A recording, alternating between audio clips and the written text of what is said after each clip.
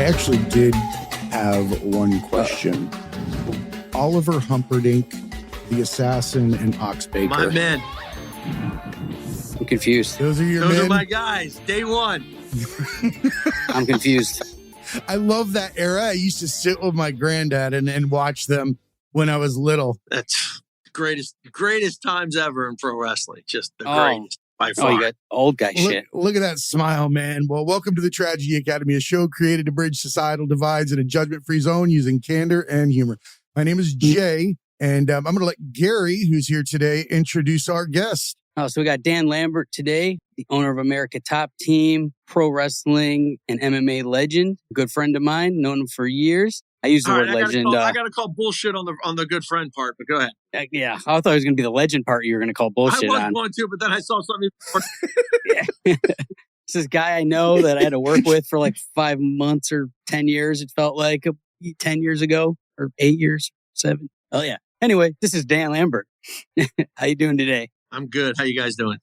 Good. Doing great, man. Super excited to have you on. Yeah, so I'm in Vegas. Both of you guys are in Florida. So anything crazy could happen at any time for you, too, because Florida's nuts. But we're the last bastion of freedom, my friend. I will say that this place does march to the beat of its own drum. We do whatever the hell we want. Right. And it's not without its newsworthy events. Iran looking out for us. Yeah. Absolutely. Did you say last bastion of free? Yeah. I mean, pretty much it looks like a free-for-all most of the time when I'm there. The way it started a couple hundred years ago, too. So yeah. You're pretty passionate about Florida. I've seen some different articles, and it seems like you really love this state. I'm a fan. Let me do what I want to do. It's got good weather. What more could you ask for? Not a whole lot. And True. You're a Hurricanes fan, so that's a good thing. And we are in good hands with Mario Cristobal and company now. So about time. Been 20 hard years. Yeah, some shit's gonna hit the fan though. I don't know. My best friend's a Canes fan, and he's like just already like, oh man, what's gonna happen now? Some like they're gonna find a hooker somewhere or something. It's gonna be over. Nice. Ahead. Follow a line of cocaine to some kind of. Oh. I'm a '90s Canes fan, so it was like there was a lot of shenanigans back then. Yeah, that was a lot of fun. Give me a short, glorious ride. I'll take 20 years of mediocrity. Oh, yeah. I loved every minute of it. Yeah, I'll take that too. Browns fan, Cleveland teams. Yeah, we had LeBron, and then you guys stole him. Then we stole him back. He's still kneeling on a fucking towel so he doesn't bruise. Tell us what you really think, man. Those are expensive knees. Yeah, a lot of ortho work goes into those kinds of things. Yeah, I bet. Well, for those who don't know, about America Top Team, it's I'd say the largest and the premier MMA team camp organization. And that's how I met Dan doing the Ultimate Fighter years ago when they did Black Zillions versus America Top Team. And it was fucking nuts every day. I don't know how else to describe it. I've been to fights all over the world, and I've never been to better fights than on that show or crazier. I mean, I don't even know where to begin. I mean, what do you remember? A lot of great talent came out of that show. Unfortunately, most of it was on their side, but it was still fun. Yeah, but the tides turned into your favor there at the end, man. That was quite the flip of the events. Yeah, that was just poor management on their part, I think. But hey, take what we can get.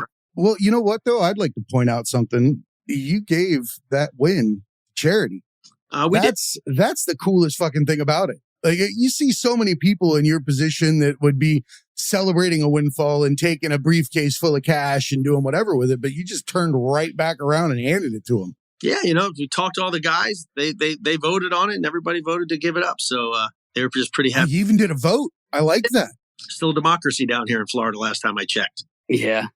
So I never known you to run that place like a dictatorship at all. I mean, you've always been behind the scenes, and it seems like, when you have to crack the whip, you probably do, but it's not public, and everybody seems to have a say there whenever I've been around, which is definitely a cool thing. Try to keep it that way when possible. Yeah, it's for those who don't know, normally we do the Ultimate Fighter show of 30-something seasons in a very controlled environment on a set in Las Vegas. Down there, we did it at Dan's gym, America Top Team, and the Black Zillions gym, and it was 150 people probably split 75 on each side, almost all pro fighters that fucking hated each other. And it was my job to make sure that there was a lot of drama, but no one actually fought each other outside of the cage. 145 pounds at the time, like 5'3" with the Timberlands on. And I had a conference call every day. Timberlands. I like that you added that part. Yeah. I mean, it was fucking nuts. I mean, it was the Brazilians on one side chanting, "You're going to die" in Portuguese. The American Top Team chanting ATT, banging on the apron. The refs and the timekeepers and the judges were, "You can't do it." They had no fucking say in anything. I mean, the last day, armed guards had to walk the ref to his car. It was nuts. Jesus. You could feel the legit tension in that situation every time, every episode, whenever I turned it on.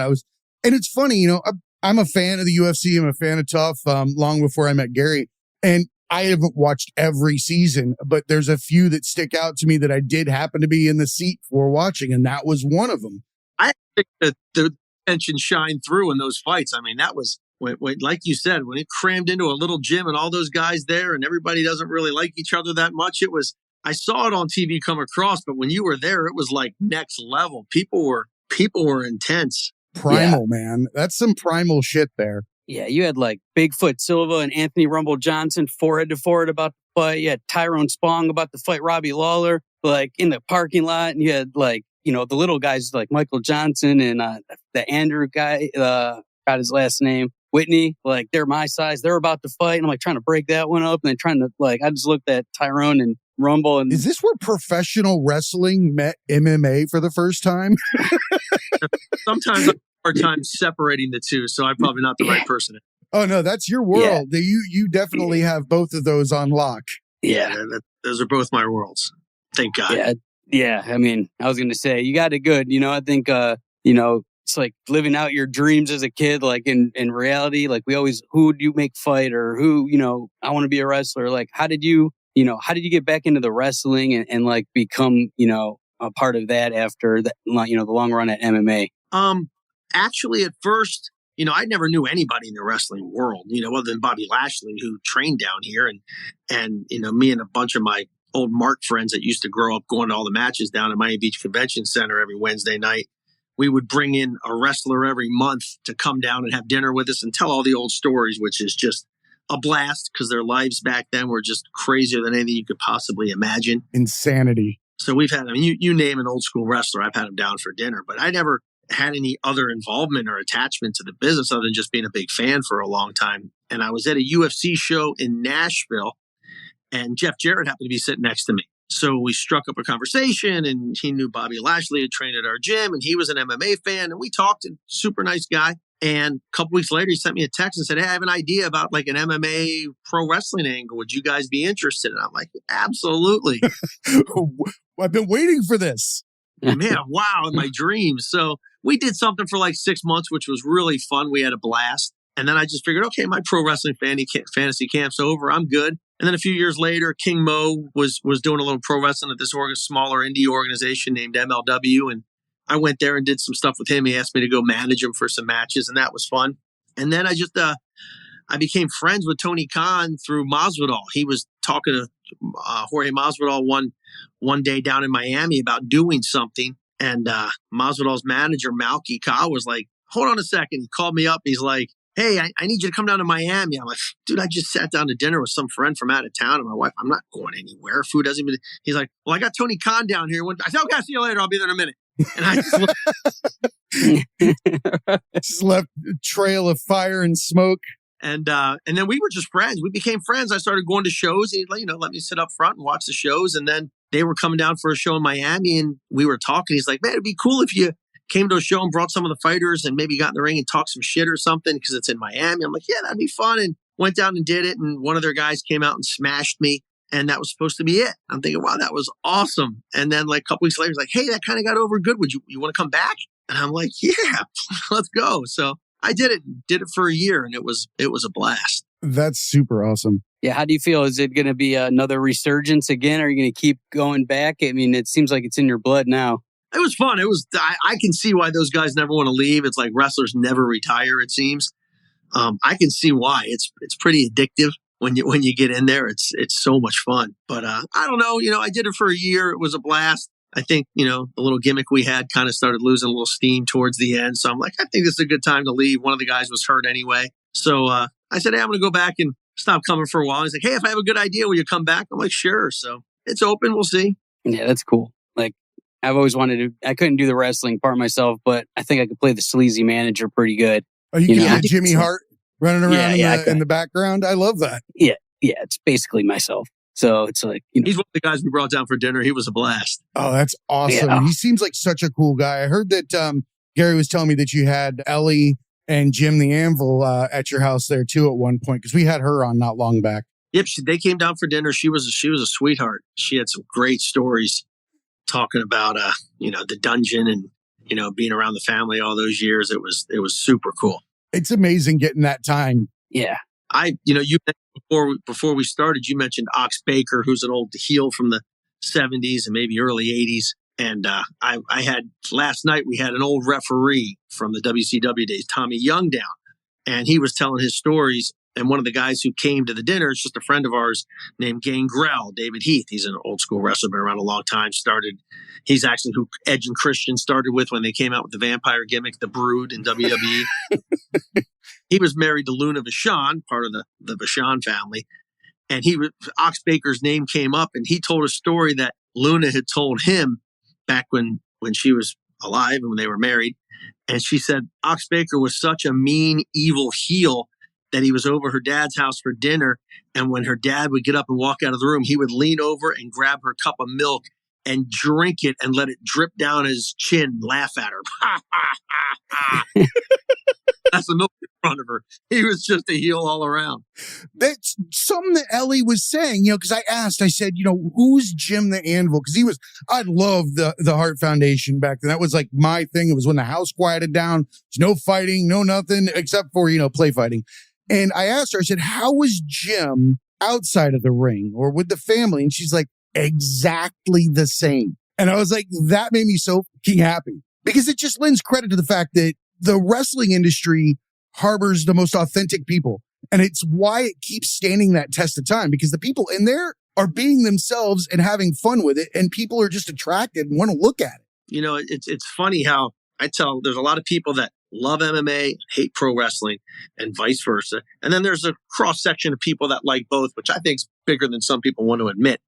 But there's so many things in common that the two businesses have if you follow their paths in the historical and, promotional wars and TV deals and the way they deal with talent. And there's just so many things that intersect and follow along the same path. But one of the things they have in common is the more authentic their characters are, the more that their character reflects their true self, the more they get over. And people who get into a character like a Conor McGregor, that guy's wild, that guy's funny, that guy, he's everything he looks like. You're just sure that's what he's like in real life. Whereas you get somebody who is just trying to manufacture a gimmick. Mm-hmm. Some people think that like a Henry Cejudo is kind of cringeworthy in some of his stuff, or some people don't get into some of the Colby stuff. They're like, well, that's probably not what they're really like in real life. And it's the same thing in wrestling, where the guys, a lot of those guys, especially like in the 70s and 80s, their gimmick is who they were. It was Florida too. So everybody was at 7-Eleven. You saw your local wrestler there, and he was acting just the damn same in the aisle when you got to see him there. 100%. I hear a funny story along those lines. We were, one of my friends, he's the one who researches where all the guys are and finds them and tries to get them the book to come down to sit with us for a night. And he got Nikita Koloff set up. So when he gets closer, he'll send me the name and the date of birth and the airports and say, hey, book their flight. So he sends it over to me, and it's like Nikita Koloff, date of birth. He's coming from here. And I sent him a text back and said, hey, asshole, I don't think Delta Airlines is interested in his stage name. Isn't his name like Sean Simpson or something like that? He's like, no, he changed his name when they gave him the gimmick legally. The guy's name is Nikita Koloff. It's commitment. Like, just to a whole new level. Yeah, those guys, they buy into it. I love it. Yeah. I like when you just shed all of them and just stand there as yourself. Because I watched some of the promo videos from AEW when you were going off on like Baltimore, and telling them everything that sucked about Baltimore. And I can tell you, it felt cool because you were having fun. You could tell that you were just getting a kick out of what the fuck you were saying. And I feel like that's what it comes in there. What's that? I was having a blast. You got to watch that video, Gary. It's amazing. He slams the entire city, but it's all as a great heel work. It was a lot of fun. I mean, and it was all true. It was probably all true. I was going to say, it's exactly how you feel. Yeah. Except the part where I said the crabs that I ate sucked. The crabs crab cakes. Crab cakes were actually... That's what they got going for them. Hey, that's okay, man. I'll take some crab cakes any day of the week. You're not from Baltimore. Wait, you're from Indiana? I'm from Baltimore. No? Oh, you are from Baltimore. That's right. Baltimore. Yeah. I was going to say, you got to say Baltimore. It like that. Yep. You got to I don't know, like you got laryngitis mixed with like bronchitis or whatever. It's like, it's a weird accent because like the rest of the state doesn't sound like that. It's like, Monday, Tuesday, Wednesday. Yeah. Got to change the oil in my car. Fucking morons. Well, down here, Florida's no better. We say Earl. Did you say that? Like it's a dude's name that changed to Earl in your car. Florida's way better. Is it? I've never really spent any time in Baltimore. It didn't come up on my radar of places to vacation. So unless work took me there, it wasn't happening. I went up for an Oriole game last month. It's still the same. This is a PSA for Baltimore. I got a Brooks Robinson baseball mitt in my trunk. Nice. I went and saw him when he got inducted into the Hall of Fame. Huge Oriole fan. Yeah. I've been to Camden Yards. I wanted to go to all the parks eventually. I've been to like 30 of them, but Camden Yards was one of the nicer ones for sure, especially when it was new. Man, it still looks the same though. It looks like the day it was built. Yeah, that's nice. I mean, they built it in the last. I mean, I miss the old Cleveland Stadium and pissing in the troughs and, like the grimy spots. Pissing in a trough? There's nothing nostalgic about that part. Yeah, it was like the whole thing. It was just gross. Like, you didn't even want to go in there. Maybe he missed you. Yeah, that's true. And I remember I'm at eye level. That's pre-divider. I'm at eye level. Hey, yeah, it's pre-divider for sure. There's no dividers at that place. That was like, oh man, oh my god. I want to hand sanitize just talking about it. Like those are see, like who gets nostalgic over a pisser? Oh man, I get what you mean. It's the environment, it's the time, it's the enjoyment. I think that's why people stick to their specific teams and sports and things like that, because you become attached to that feeling and that nostalgia in the beginning. It's super happy, and you recreate it over and over again with a group of people that enjoy doing it. I think so. And that's how wrestling is too. Like I was not, I got away from it for a long time, and then my brother had kids and they got really into it maybe 8-10 years ago. And I have a good friend that works for WWE that hooks me up with tickets, and we get to keep our seat and all that shit. And, I started taking them and I got back into it. The environment is just crazy. It's like we were going in LA and you got all the black people, Mexican people, white people, like it doesn't matter. It's like every kind of different ethnicity, and it looks like, social economical divide, all that shit didn't matter. People are just fucking cheering and screaming and like posters, and everyone's high-fiving in the the hallway after, and it seemed like it didn't matter. Everybody was cool and having a good time and like bought into it, and just no matter how old you were, you're acting like a kid. Same as when we were 8 years old on the couch screaming for Hulk Hogan, No judgment. We did a segment on AEW where they wanted us to bring like one fighter from each promotion with me to do a promo. And they wanted them, each wearing their UFC shirt, their Bellator shirt, their PFL shirt, their bare knuckle fighting shirt. So, we're there, and, we had like Andre Arlovsky and Junior Dos Santos and Kayla Harris and Bell and Dalton Rasta and Austin Vanderford from Bellator, and Paige Van Zandt came with her bare knuckle shirt on. And we're in, before we go out there, Kayla Harrison, she's like, I can't believe I'm coming to a pro wrestling show. And I'm like, shut up and walk out to the ring and just mind your business and you'll love it. It'll be great. And she's like, this is stupid. This is fake. And so we walk out to the ring, and literally within 10 steps on the way to the ring, and everybody's screaming and yelling, she's like, yeah, fuck you, and flicking them off. And she's instantly loving it. We get back to the dressing room after the promo, and everybody, including her, was like, that is the coolest thing I've ever seen in my life. Holy shit, I wish MMA fans were like that. These guys are into this. That was a blast. Yeah. And it's not supposed to be real. It's not even supposed to be real. And people still love it to the degree that it's a soap opera. It becomes part of people's lives. Ellie said that people would come up to Jim in like the grocery store and start yelling at him like he did something for real in the ring. Like it was real life. I can't believe you did that. You know, the German guys weren't really terrorists and Die Hard. Nobody died when the ship sank in the end of Exactly. You know, people still Fuck Hans Gruber. I mean, it's just television isn't real. Game of Thrones wasn't real, but the fucking dragons are cool as shit. Fuck yeah, they are. Get into it. I love it. And let me tell you something. As far as the reality based, those wrestlers take 10 times the beating MMA guys do. Every MMA guy I know that's tried professional wrestling has been like, holy shit, those guys are out of their minds. Yeah, it's like every week. Yeah, when I watch it, I find myself less watching the interaction, more like how much of this actually hurts. How are they doing that with it? It becomes more of watching an athletic prowess at some point where you're like, this dude just backflipped off of a top rope, landed specifically on top of a person without breaking his neck. I tried some shit like that. I'd be folded up like a lawn chair after the first try. Who the hell balances on a rope and flips at the same time? Those guys take a beating, and they're athletic. Yeah, they have to. And you have to act while you're hurt. They get hit in the nuts for real. They get hit for real. And they still got to play through it. These guys break their fucking arms in the middle of the match and they don't, the end of it, they're probably like, oh, fuck. But they live, and work through it. Yeah. 10-story or, 10-foot ladder off the apron onto the table's meant to break away, but you still just jump 20 feet to the fucking ground. Yeah. Stand behind the curtain backstage and just watch them walk back after their matches. They're not skipping. No, they can't be. They absolutely can't be. It doesn't even seem like something that could be possible with the fact that the ECW type stuff they did for so long, those guys were just completely off the rails.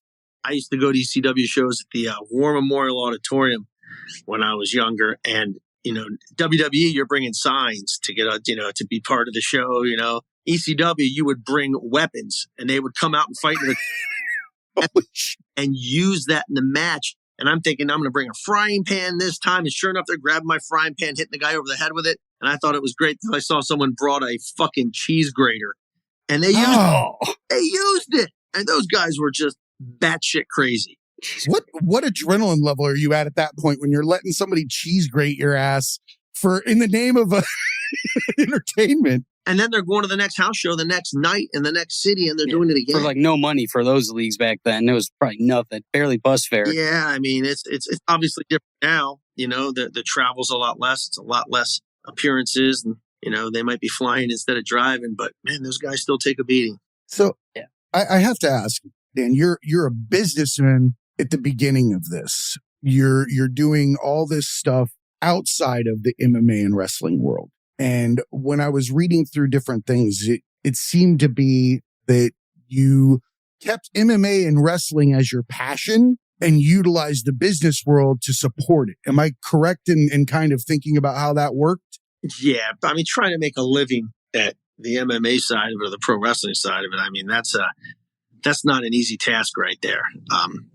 Running a gym, I don't know if you consider that a business. I think a lot of those guys have jobs, not businesses, and they got to go there and they got to pound it and they got to try to, save money, conserve this, conserve that, and just try to get by doing it. I had the luxury of having several outside businesses, which were a pain in the ass in their own right. There was a lot of time the last 25 years where I wish I could have been spending more time in the gym doing what I like and less time being at work, which, if it was something you really liked, it wouldn't be called work. But you're 100% right. That side of it was successful, and that allowed me to fund the stuff that I like doing. Some people work hard to make money because they want to go out on their boat or go fishing or go skiing or, take vacations to this place or that place. I like making money so I can spend it on MMA. See, and I love that. The reason why I asked that is we're trying to, get people to recognize that when you pursue your passions, things will work in the direction of the place that you're being most authentic with.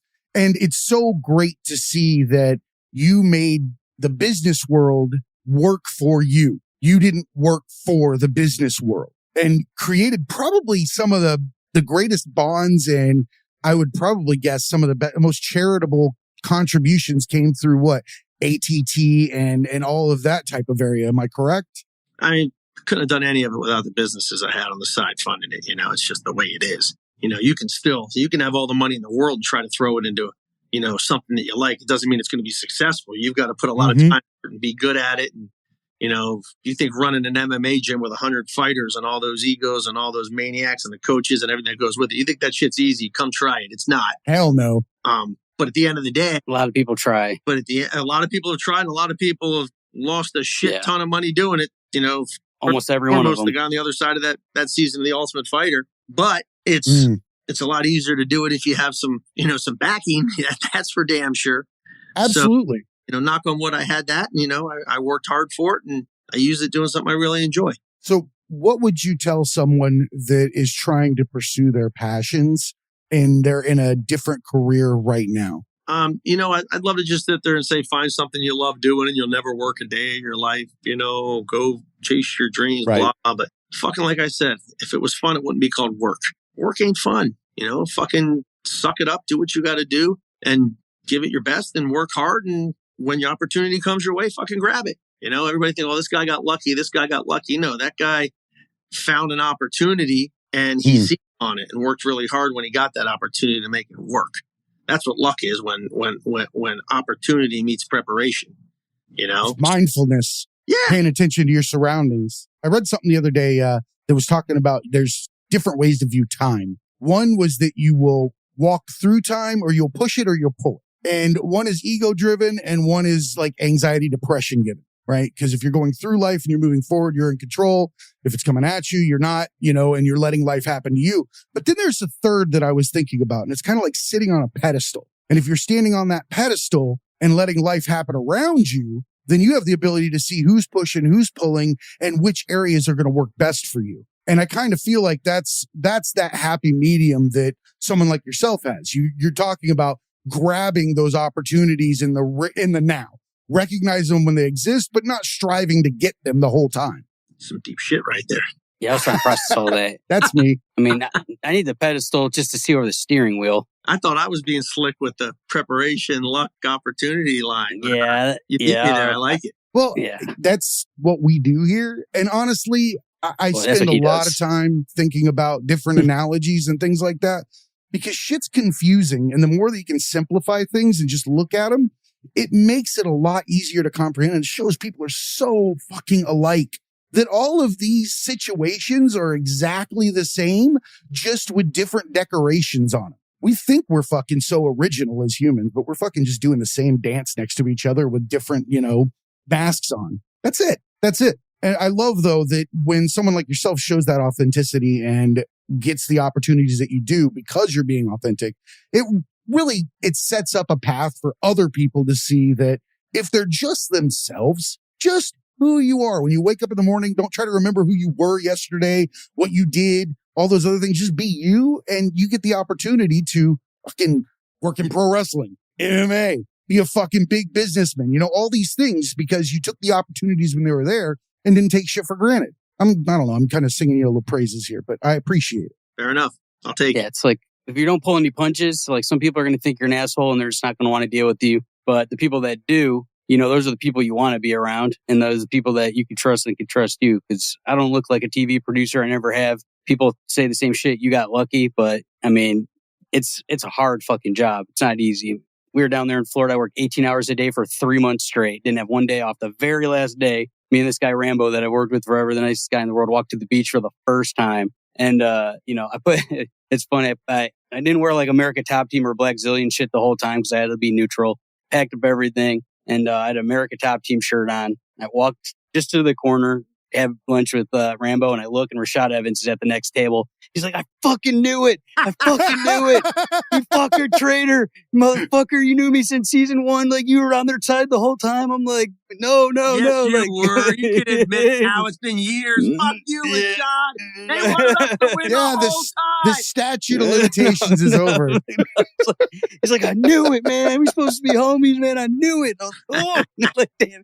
Like, it was tough because every day, like, someone was trying to get an advantage and call me and, and just digging for whatever they could find. And, I had Jorge Masvidal trying to fight me every day because of a stupid Miami Heat hat that I made him take off the first day. Like, it was when LeBron first went there and he's got the Heat hat on and we can't wear it because of the logo. So I'm like, hey man, like, can you take that off? And rest in peace, Kimbo. He was a good friend of mine. He was like, man, you're allowed to wear that. He just hates the heat. He just fucking doesn't want you to wear it. And I was like, no, like you can't. So the next day, he just walks in, like no hat on. He's like, wait a second. He walks back to his car, comes on, just puts it on right in my face. He's like, can you tell me to take it off? And I'm like, yeah, man, you got to take it off. He's like, you know, make me take it off? I'm like, I don't really know I'm going to make you take it off, but like, it would be cool if you did. He's like, I never take this hat off again. He just walked away.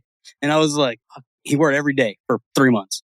Like Joe. And Kimbo was like, gotta kind of respect that he did it the entire time. Yeah, like I think had a sweat marks right here and shit, you know, and I know he likes to look fresh and he's just wearing that dirty hat just to spite me every day. And Kimbo be, man, I was just joking, man. He's like, no, man, you trying to save that little motherfucker now. And I was like, man, I don't need saving. He's like, you need saving. And I was like, oh shit. It's like, oh man, that dude, man, Kimbo was a guy, like, I mean, book by its cover, fucking shit people say, like, that's a good man to, you know, bring that up. He was a great guy. Everybody loved Kimbo. He always seemed so happy, like just a genuinely happy dude. Yeah. When he fought Ben Shamrock in Bellator, and his post-fight interview was, you know, he ended up getting kind of like a rear naked choke, and he's like, ATT, oos. I was laughing my balls off. Greatest post-fight interview until Derek Lewis. Yeah. Travis Brown. My balls aside.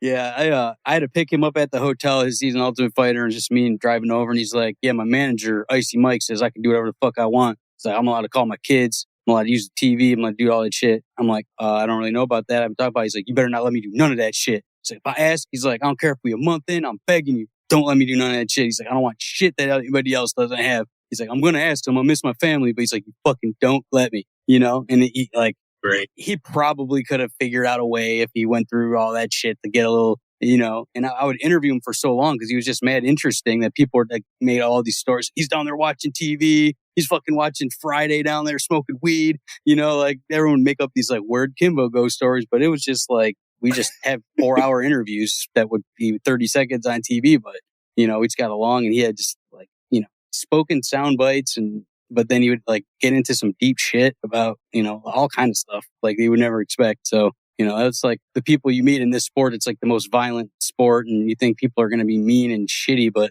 I don't know. When you can fuck everybody up, you don't have to be like that. You could just be cool because you don't have to prove nothing, I guess. He was a good dude. Yeah. What an opportunity to sit down with someone like that and get to have those hour-long conversations with these people. Because you're right, fighters, they come from the most colorful backgrounds and they have the most trials and tribulations and things like that. And when you go through a traumatic background, you've got perspectives on life that nobody else have.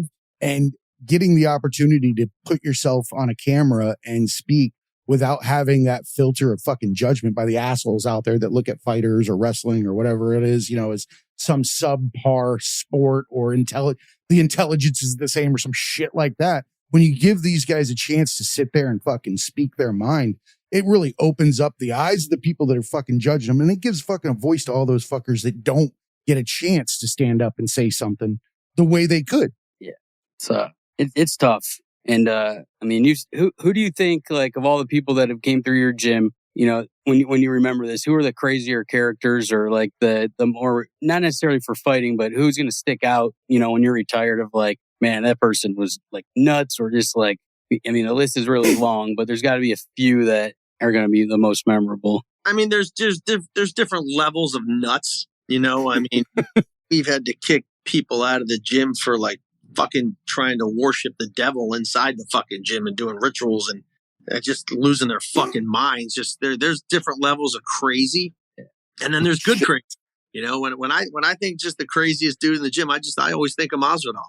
I mean, what you see with that guy is what you get. Every part of that dude's life is just chaos, and he thrives in it. You know, you try to get people to simplify their lives when they're fighters. It's like, man, this is not rocket science. It's not rocket science what you're doing right here. You know, this is fighting. Do this, do that, get rid of this, get rid of that, and focus on what you're doing here because your window of opportunity to succeed in it is not very wide. It's a short period of time. Make it while you can.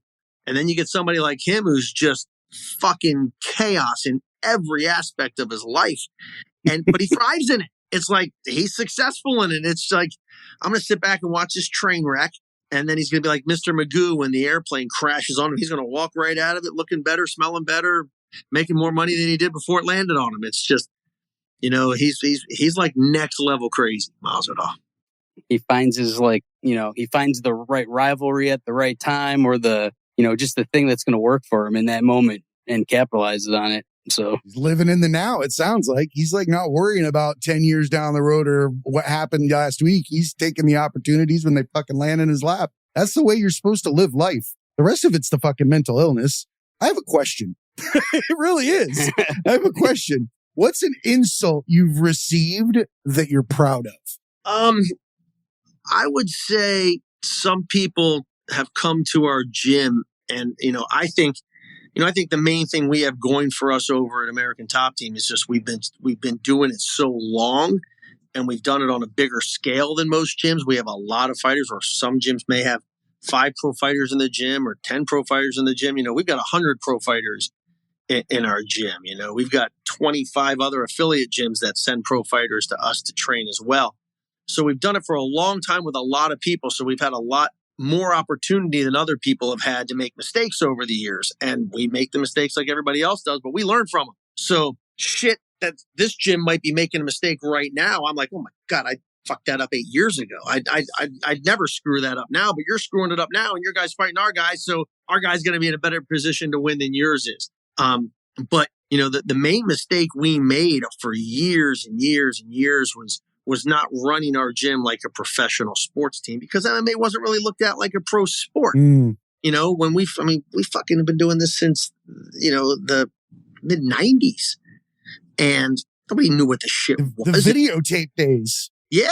There were no books you could read about how to run an MMA gym. I mean, what the fuck they were doing. I'm surprised we didn't get killed with some of the stupid shit we did. NHB days. We would try to fit round pegs into square holes and just try to mix and match and keep everybody happy. And then over the years, we started realizing, man, this is like a real sport. These are real athletes. There's real money to be made. Let's try to tighten this up and just get this structure and get it organized. And, the biggest difference we've been over like the last 10 years versus the years before that is we've just gotten so much more structured and so much more organized. And, I've had people come in and say, Jesus Christ, you run this thing like a fucking concentration camp over here. What the fuck?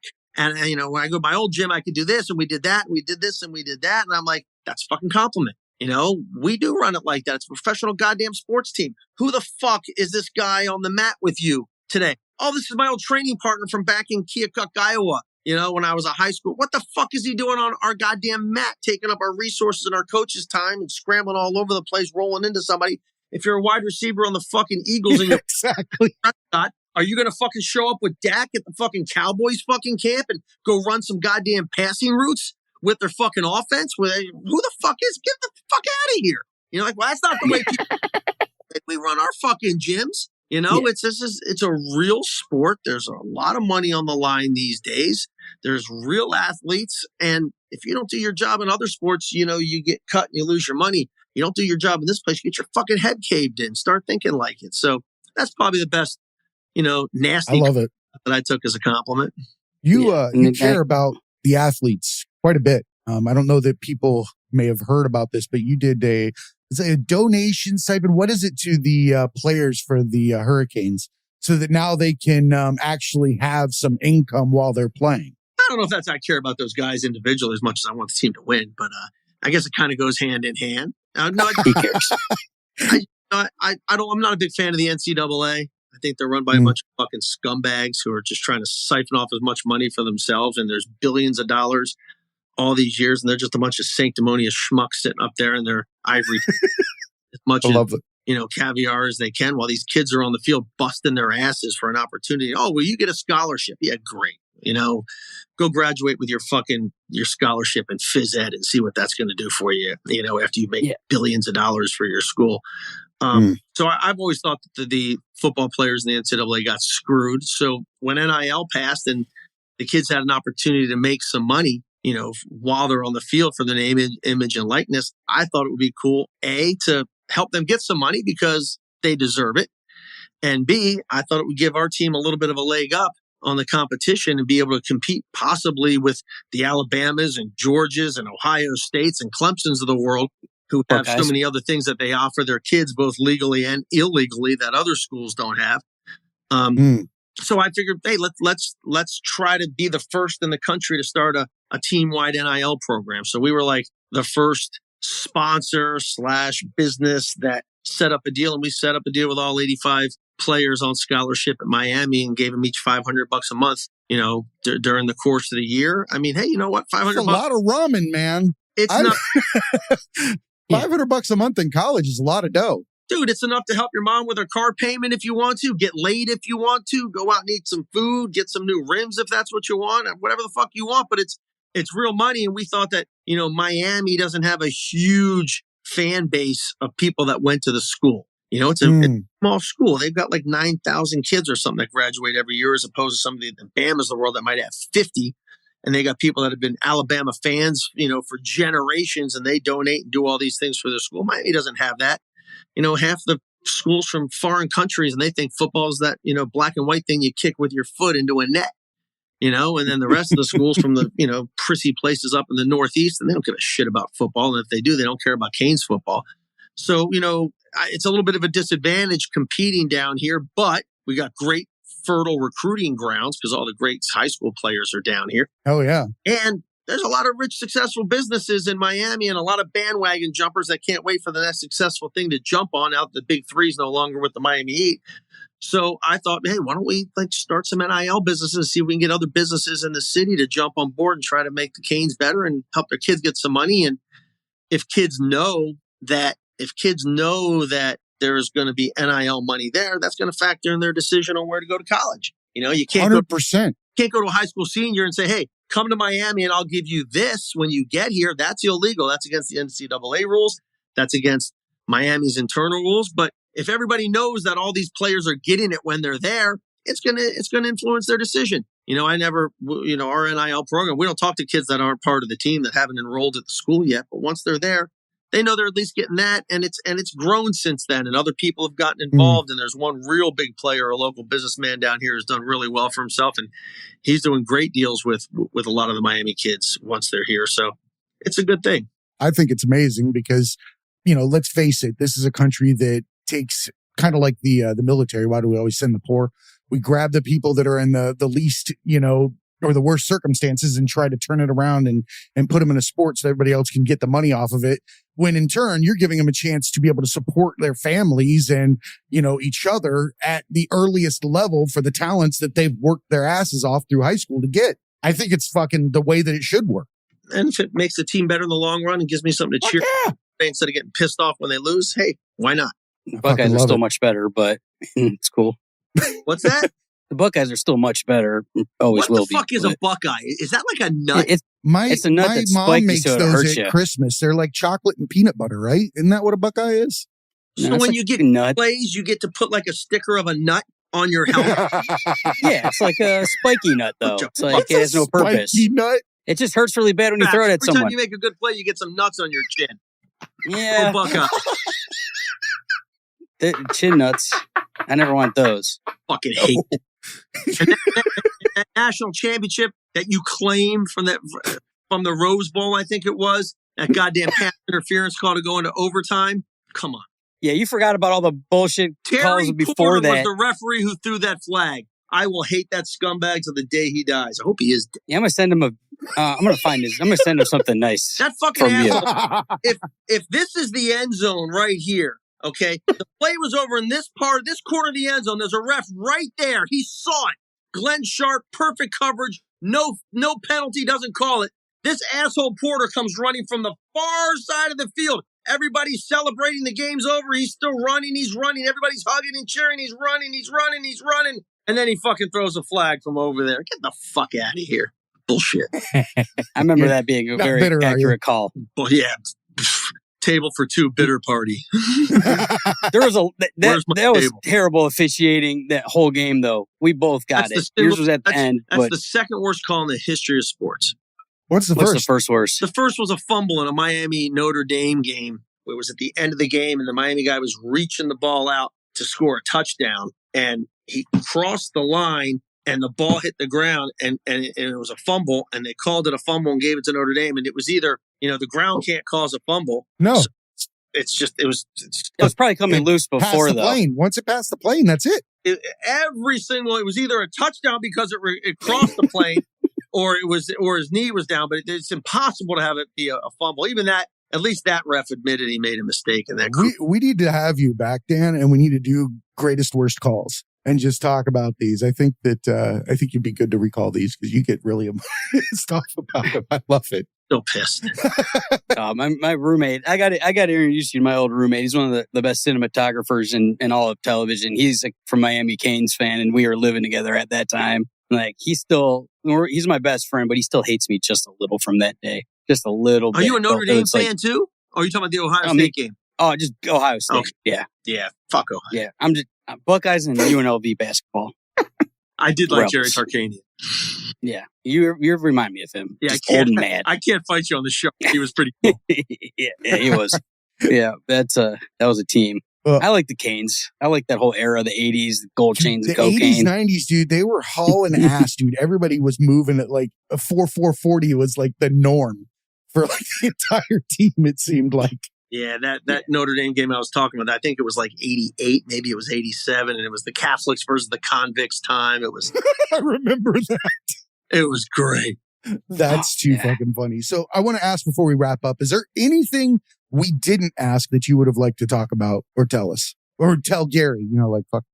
Oh, yeah. No, it's probably a few things I was hoping you wouldn't ask that you didn't. So good. Okay. Could you, I'm an open book. You ask a question, I answer it. Whatever the fuck you want to talk about, I talk about. You don't want to talk about something, don't ask it. I appreciate you, man. And I appreciate you coming on. Gary, you got anything you want to wrap up with? No, there's a million stories, even from, the time we were down there doing that show. We could talk, all day about it, but you're just a good example of people that work hard and do what they want to do. And, just keep it real, whether people want to hear it or not, which, I'll text him and he will fucking immediately answer me without hesitation. And it's going to be exactly how he feels about whatever fucking situation we're talking about. And a lot of people want to bullshit me all the time. So it's good when people just don't. I mean, a lot of times it's not something I really want to hear, but it's going to be the truth.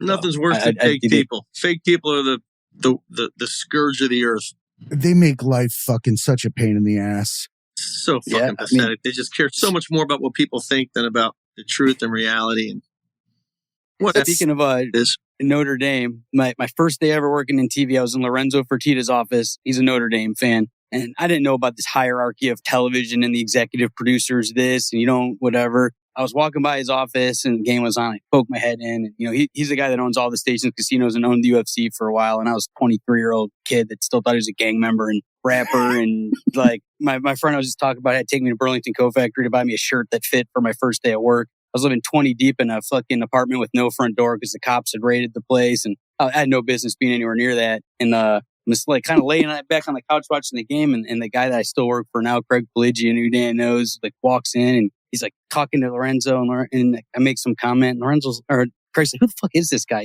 You don't know him? He works for you. He's like, he doesn't fucking work for me. He's like, he works for me. I'm like, are you Pilgrim? He's like, are you Craig Pilgrim? He's like, it's Pelagian. And I was like, fuck, like walk out. He's like cussing me out, and then like that day, I just told him how I felt about the situation and nobody else would do that. They're kissing his ass and around that time, people were still throwing sandwiches in people's face at work. If there's onions on it and there's the tyrant executive producer shit and those before Me Too and like treating people with respect. So everyone was scared of like the higher ups. And I would always be like, that's a stupid idea.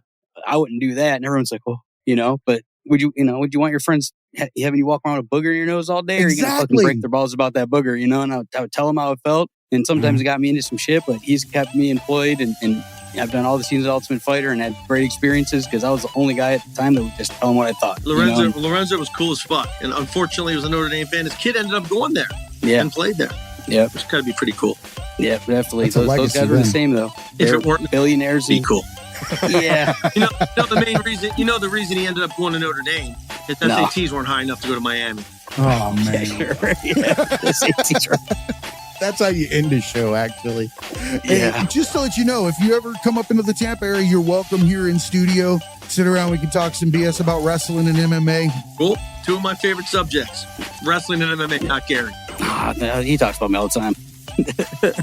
Yep. Anytime. Have fun.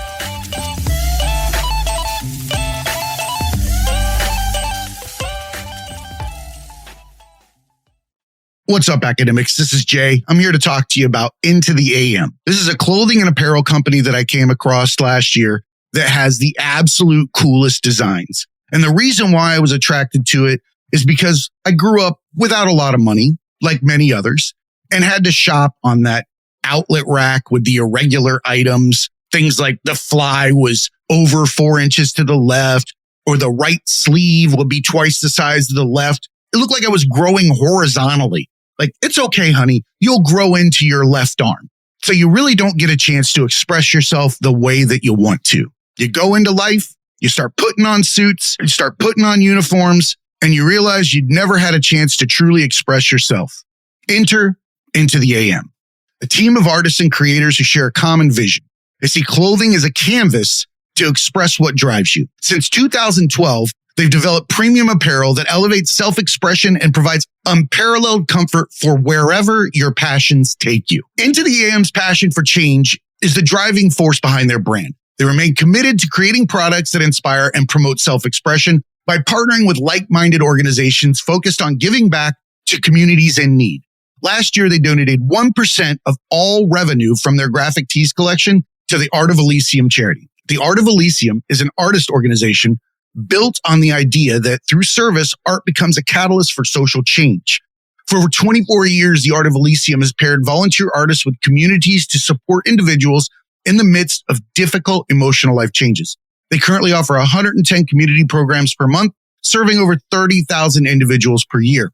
The only permanent thing in life is change. Supporting charities dedicated to helping those going through these changes, trials, and tribulations require a never-ending commitment. The onus is on us as creators to affect change through our true, authentic talents, and Into the AM is the model of how this is done. Their clothes are handcrafted with care. They have a team of skilled artisans that craft each garment with the highest quality fabrics and eco-friendly inks. Not to mention, these things don't shrink, they don't fade, and they fit as if they were designed supernaturally. I'm stopped every time I wear one of the graphic tees to find out where I got it.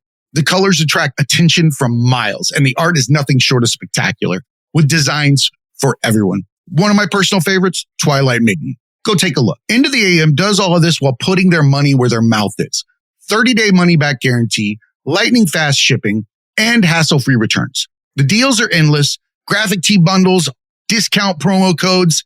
Get over there, check it out. I'm highlighting the tees, but I'd be remiss to not mention that if you want to walk around in the absolute most comfortable shorts, joggers, and basic tees, hit up Into the AM. I even wear the basics to the gym. Head on over to thetragedyacademy.com, go to our sponsors tab, and follow the affiliate link to the Into the AM store. Help support Into the AM and the Tragedy Academy by purchasing the absolute best apparel and the best designs ever. And remember, academics, be cool and keep learning.